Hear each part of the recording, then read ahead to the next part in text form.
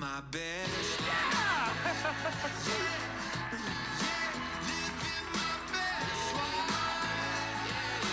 How's everybody? All right. Let it be known, March 25th, 2022, I am now forever known as Christian's dad. It's kind of nice. I like it. But the truth of the matter is I was watching Dave Sterling come out here. Thank you, David. I love you. When you came out here earlier today, and you got that well-deserved standing ovation, I was thinking of Laria. And as I stand here today, I'm thinking about Jenny, my wife. I just think, and Haley Hobson, I loved your presentation. It was awesome. I was just thinking about the fact that when I started doing doTERRA, at one point we made this decision that our kids needed her there, and she would let me go and build my business while she stayed and built our kids. And if you thought Christian was good, everyone who comes up to me and says, "Good job, Dad," you need to really be saying, "Good job, Mom." And she's the reason why. So anyway, I was at a Bloom Presidential Diamond Summit in December, and while I was there, I asked a question of the group. It was kind of an intimidating group because you're standing in front of this group that is very successful, and you're like, what am I supposed to teach you? But I asked this question: what do you miss most about when you were working incredibly hard and getting paid very little? What do you miss the most about that stage? The thing that was interesting is as I looked around the group, you could see this group of people that are extremely successful, and they all went back and they had this fondness for it. I would like to ask this group of Presidential and Blue Diamonds, is there anything that you miss about the time when you were working really hard and getting paid very little? If you miss anything about that time, raise your hand. Yeah, and I know what the answers are already. I've asked many of you what they are. Part of it was this incredible amount of hope that just filled your life. You didn't have what you wanted yet, but you hoped, and that hope is something that is so contagious and so awesome. And the only reason I bring this up is because the people that are sitting in this room, that are outside of this area of the room, I want you to know that you don't miss what you're going through. I missed the time when I was back there. I miss those moments. I was actually asking David Sterling before I came up on stage, what do you miss the most about the time when you were working incredibly hard and getting paid very little? When the bank accounts were getting really, really low. And he said, the thing I miss the most is the little things meant so much. Every victory meant something. He talked about every month when they'd every month was a record-breaking month. They celebrated everything. Do you remember when your first enrollment, can you remember that? I do. I remember the first enrollment and just being this joy that came. Anymore, I sign someone up and I'm like, yeah, I've done it before. I've done it a million times. I'll do it again. So what? Oh, you're going to commit. But I remember in the beginning, I'd talk to somebody and they'd be like, I want to build a business. I'd be like, oh, you do? You're going to be a diamond. I'd go home. I'm like, oh, I found a diamond. Now someone comes to me and says, I'm going to build the business. I'm like, yeah, they'll quit. You freaking. I know you. I've seen you before. You liar. That's what you are. You're a liar. And then I noticed something. When I was building my business in the beginning, because I was naive enough to believe, it happened. The people who came to me and said, I'm going to be a diamond, I'd be like, I believe you. And we're going to do something special together. And then we would go out and do something special together.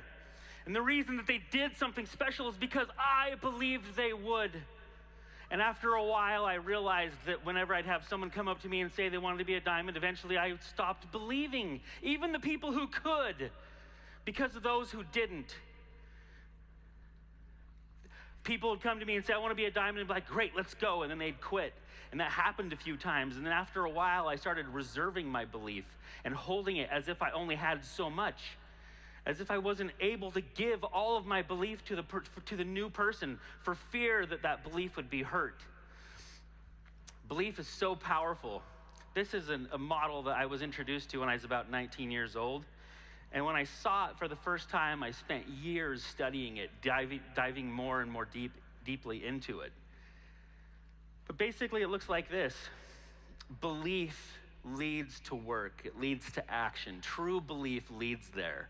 And work leads to results, and results leads to belief. So I'm blaming doTERRA's staff for missing up that arrow. It goes up. Results lead to more belief. That belief leads to more action, to more work. That leads to more results, and more results leads to more belief. But belief is everything. It's everything. If you're all wondering, like, how are you successful in doTERRA? It's as simple as this. Your job as a leader in doTERRA is to build belief. It's all belief. It's everything we do is about belief. Think about it. I don't know who I'm speaking to today, but you do. There's someone here. I don't feel like I'm speaking to a room of a few thousand people. I'm speaking to you, and you know who you are.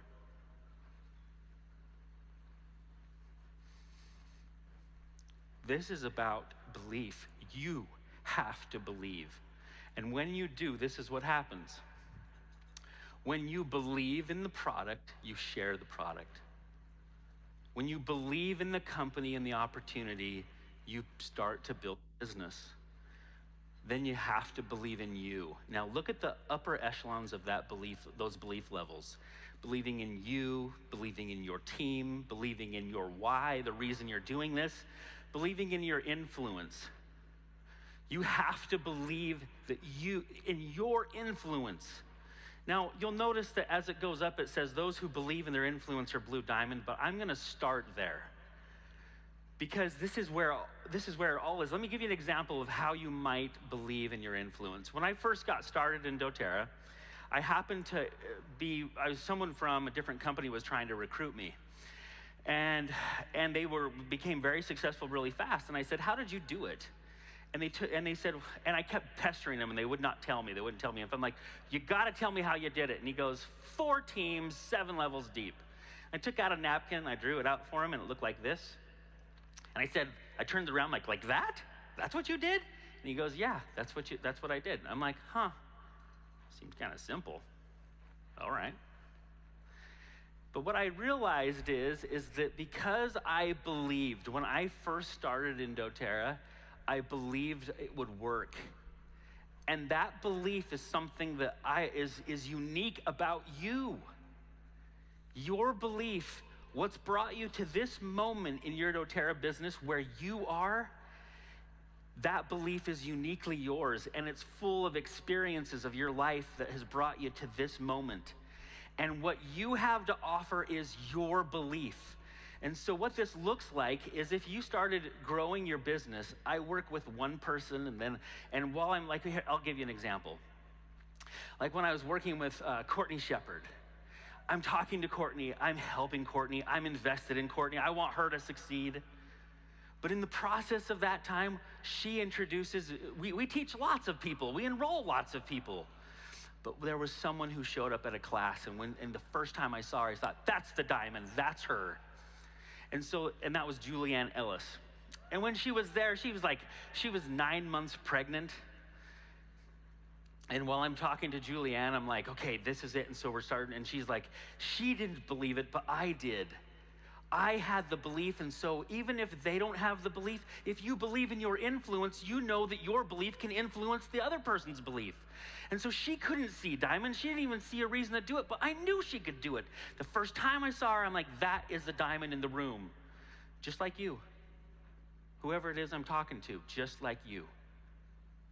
You're the diamond in the room. And so I'm talking to Julianne, And she finally decides, okay, I'm gonna invite people to a class. And she does. And the person that shows up is Janet Marquez. I'm like, that's the diamond, I see her. And it was like, and you just went down. You kept going down. You kept going down. Whenever I run into people who stay focused on the people just on their front line, I just want to tell you, you're missing out on the best part of your business. You don't even know who your best friends are yet. But they're in your network. They're the next person. And so you just keep going down. And what you're offering is your belief. You're giving people your belief. As I drive depth, I know that what I have to offer is an abnormal level of belief. And I can help another person believe that way too. If you knew that with your support, they'd reach diamond, how would you respond to them? If you knew it.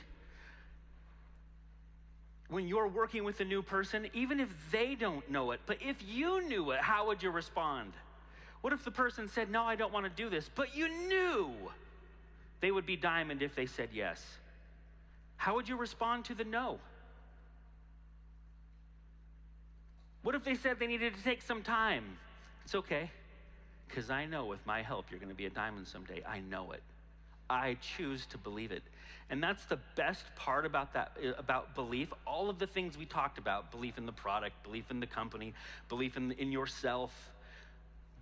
This is the secret of it all. Belief doesn't happen to you. Belief is a choice. You now get to choose to believe those things. You get to choose. It's your choice. And if belief is the key and belief is a choice, then choose it. It's just simply a choice. Diamond's a choice. All of this is a choice. You choose to believe. That belief leads to work. That work gets you results, and it inspires belief in you and everyone around you. And if you knew the person you were talking to, with your support, would become a diamond, how would you respond? You got to believe in them. And one way I love to believe in them is to breathe that belief into them. I spend very little time motivating. What I mean is that to motivate is to provide with incentive and a reason.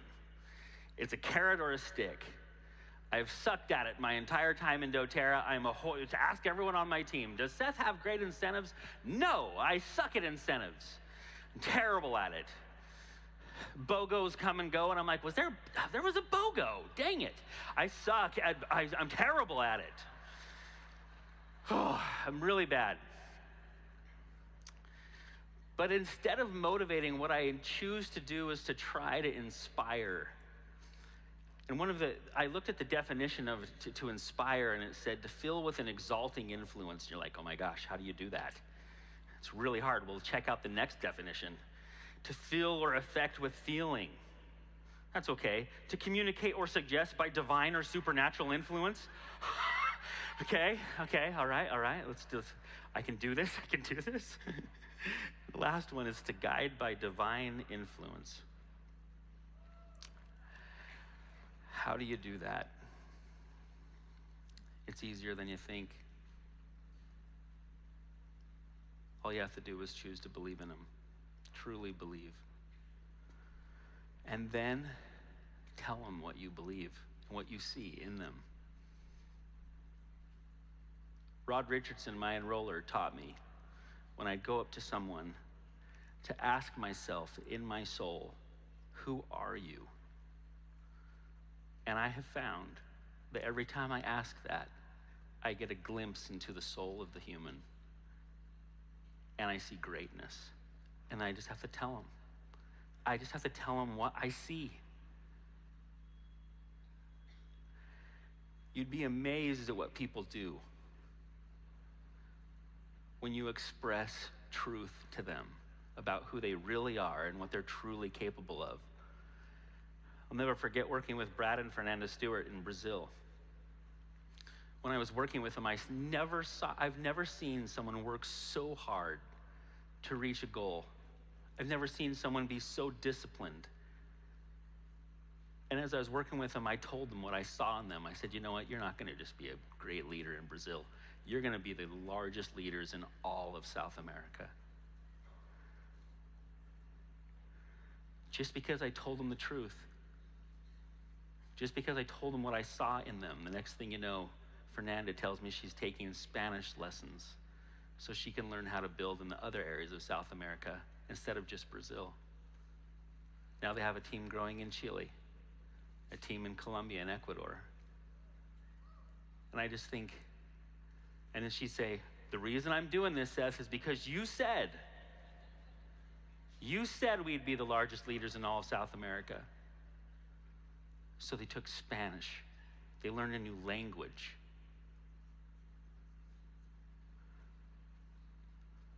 So whoever it is that I am talking to in the room right now, I believe in you. You're greater than you possibly understand.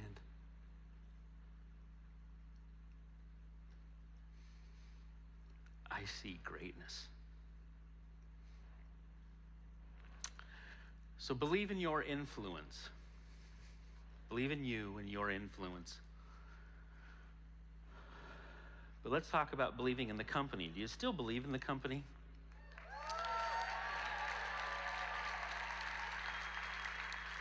I have to be honest, when I first got to doTERRA, I had my last business partner totally screw me.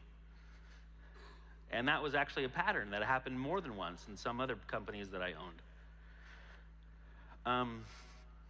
When I came to doTERRA, I had no trust of anybody.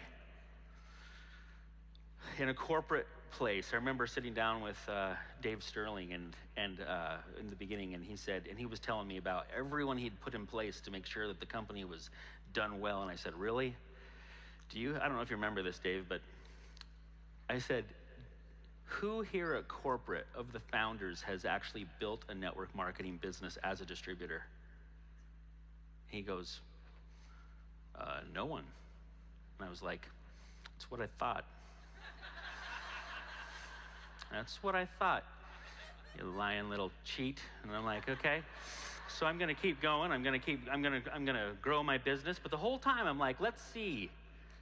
At some point their true colors are gonna show. And sure enough, it's been how long? 14 years, and their true colors have shown over and over and over and over and over and over and over and over again. And I know that crummy people are really good actors. People that suck, they're terrible people. They can act the part really well. They act so good and everything like that. But I figure if you've acted this well for 14 years, you know what? I believe it. You're good people, and I want to be around you. And while you go on your mission, guess what? This company is going to explode because of who you are. And I'm just, love it. And, by the way, I was in Jamaica, and I'm talking to Emily Wright, and I'm sitting down with, I said, Emily, you gotta tell,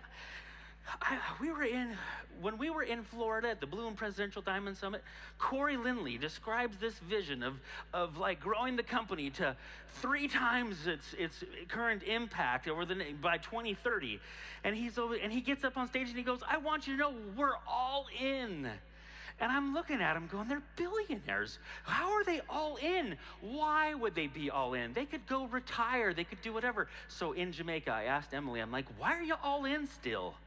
You're still in, all the way in. And like, here I am. I'm like, I don't have to worry about payroll. I don't have to worry about sourcing products, co-impact sourcing. I don't have to worry about staffing, and I don't have to worry about fulfillment and free shipping and the LRP points and the blah, blah. I don't have to worry about any of that. And my life is so hard. I got to find the will to tell another person about essential oils because it's so hard, and I can't find it. And I'm like, and so here we are. We've got the best part of the gig. Did you guys get that? We have a partnership. We're in a partnership. Look, whoever it is that I'm speaking to, I want you to hear this. You're partnered with billionaires. That's your partner. And those partners are going to take care of everything. You suck at accounting, they got it. You suck at fulfillment, done. You suck at, so you're not very good at sourcing oils from every part of the globe. They'll do that too. And after all that's said and done, all that we have to do is tell another person and believe in him. That's the gig. Sign me up. Over and over.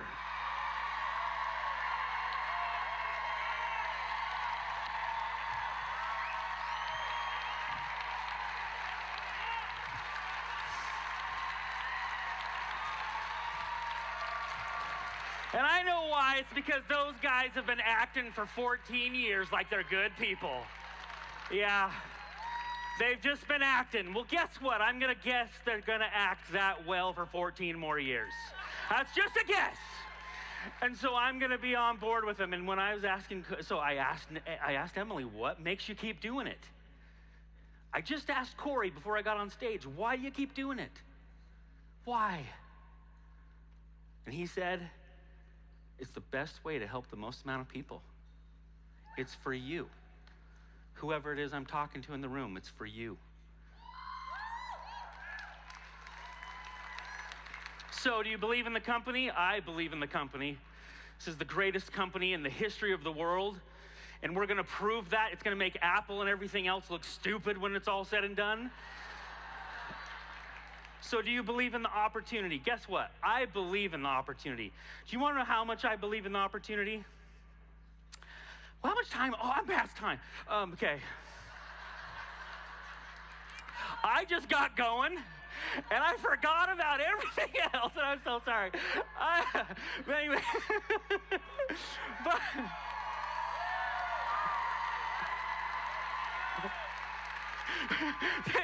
I heard him. So, okay, Justin Harrison said, "Screw it, keep going." All right, I'm gonna screw it and keep going. All right, so you know how much I believe in the opportunity? A few years ago, I was sitting in a convention. I was at convention.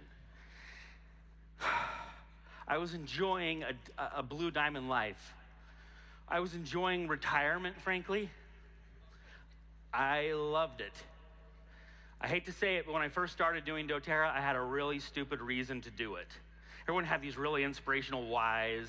I want to do this, I want to do this, I want to do this. Do you want to know what my why was? I wanted to do nothing. I wanted to do nothing. People would like call me, hey, what do you got on your calendar today? Let me check. Nothing. That's what I got going on. I wanted to wake up every morning and like look over at my wife and say, what are you doing today? And she'd be like, nothing. You know what I'm doing? Nothing. Let's do nothing together. That's what I wanted to do. It was inspirational to me. It doesn't have to be inspirational to you, but it was so inspirational to me. And so I got there, and you know what? I loved doing nothing. And I did something. I did whatever the heck I wanted in the moment I wanted to do it, and I loved it. And then I'm at a convention a few years back. While I'm sitting there, I'm watching Dave Sterling on stage talking about ending human trafficking, and I have this voice come so crystal clear into my mind. It was actually a thought, and the thought came so crystal clear that I swear I could hear it. And it just said this: Seth, you could do so much more. And I was like, I know.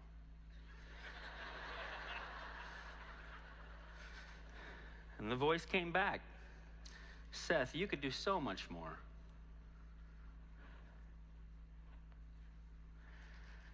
When it came the third time, I said, well, what could I do? In that moment, I had this image come into my mind that said 1,000 diamonds. And I remember going, what? What? 1,000? 1,000? 1,000? How many diamonds are in doTERRA already? Does doTERRA even have 1,000 diamonds? Same voice came back into my head. It said, go check. So while convention's happening, I'm out in the hall of the Salt Palace counting the diamonds in the hall. I finished counting them all, and there wasn't even 1,000 in doTERRA. And I'm like, you want me to create a team that's bigger than doTERRA?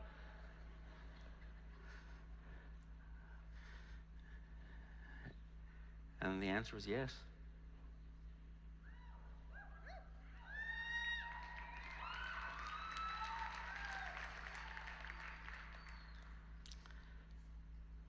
come to realize, though, is that my team is all of you.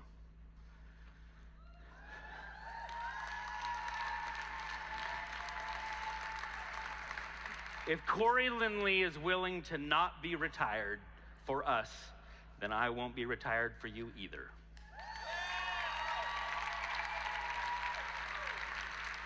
And so when my son returns home from a mission, he's 21 years of age, he's looking at all of his different things he wants to do, and he comes to me and he says, Dad, if you were me, what would you do?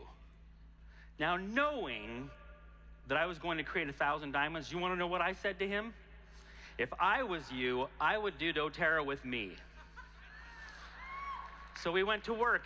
First class he had, 10 people showed up. Guess what? They were already signed up in doTERRA. Total failure. And I remember thinking, is he going to do it? Is it going to work? Is he going to actually do it? Is he going to keep going? And then he goes, well, I know people in New Jersey, New York. Do you want to go? Let's go. Met a person in New Jersey from Guatemala. Oh, really? Do you know people in Guatemala? Let's go. Guess what? This will never end. Any thought in your head, the person I'm speaking to right now, if you think the opportunity is gone, you're believing a lie. There are billions of people on the planet. Less than 1% of them are in doTERRA. Just let that lie go. Do you think that I would tell my own son, my own flesh and blood, that the best thing he could do with his life is to be to work with me in doTERRA if I didn't believe it to the core? No way. And so then when my daughter returned home from her mission, I was thinking, I'm going to talk to her. She could sense it. And so before I could even approach her, no, Dad, no, Dad, no, no, no, no. And then she went to Jamaica, and that's where we got her.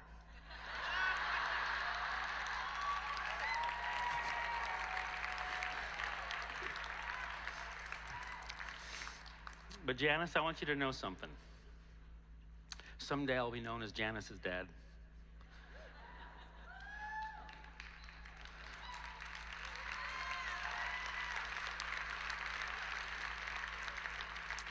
I don't want you to be like Christian. I don't want you to be like anyone else. I want you to be exactly who you are, the very best version of you, and I believe so much in you. Even if you don't even want to do doTERRA, never want to do it, guess what? I'm so patient. If you have to wait until you're 30, I'll wait with you. We're going to do it. We're going to do it. We're going to do it.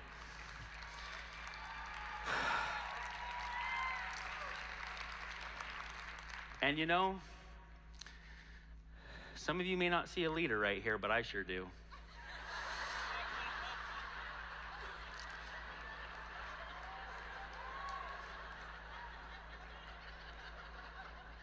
I was in a church meeting the other day, and they're all asking all the young men in the room, what are you going to do when you grow up? They're all saying, I want to do this, this, this. They get to that boy, and he goes, doTERRA. And I'm like, and I looked over at him, and I thought, that there's a leader.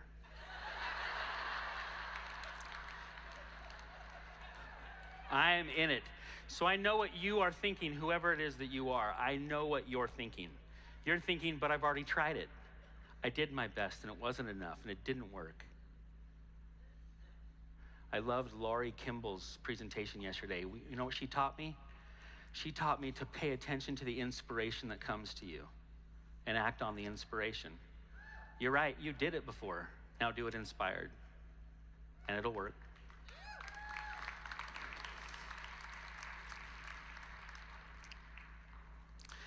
Finally, I'm going to skip that.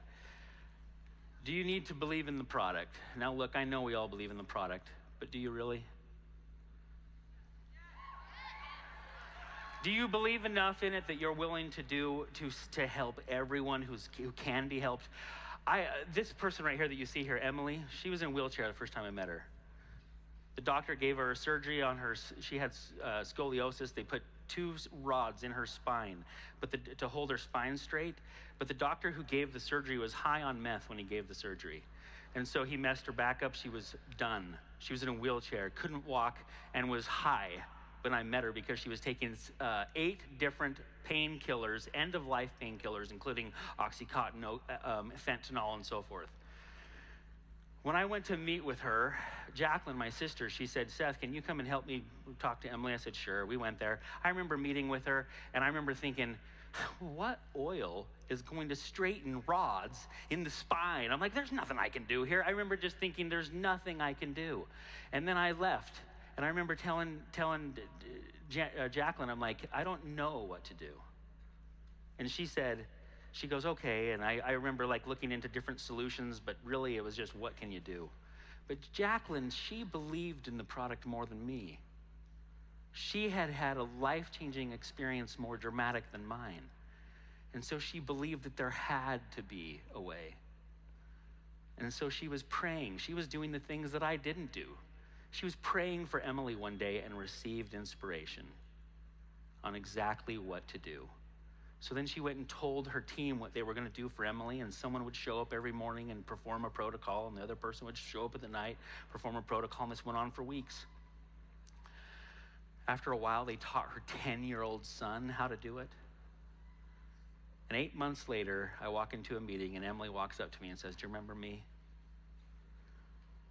I just remember being blown away by what had happened.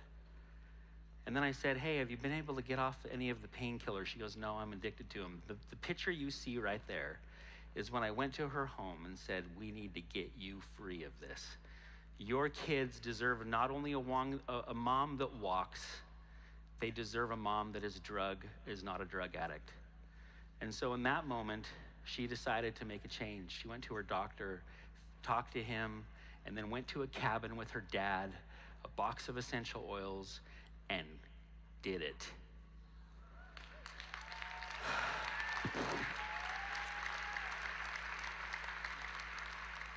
For years, I used to have a call that people would call into. I still do. But people would call in and share their different experiences. I'd just say, hey, what are your product experiences? What's happened? Every week, I just sat there going, my gosh, are you serious? Are you serious? What? Blown away. Of course, back then, similar to what David Sterling said, I was just a little bit more motivated by the small things. Like, what? You burned your finger and it didn't hurt?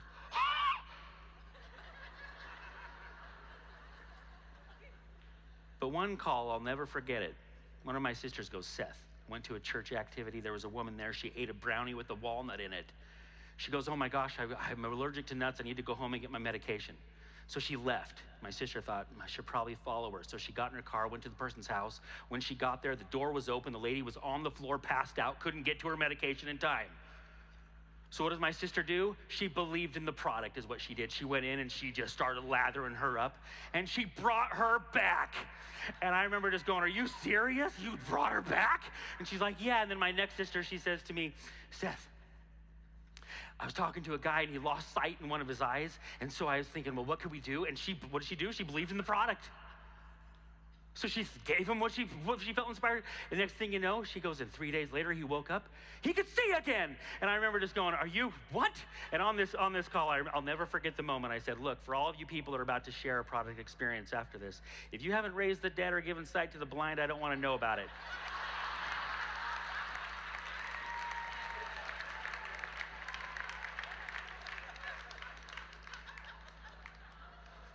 But you know what? The thing is as awesome as those stories are, and they are awesome, they're no less miraculous than the things that we take for granted. Getting a good night's rest, getting rid of stress, helping your life be a little bit better.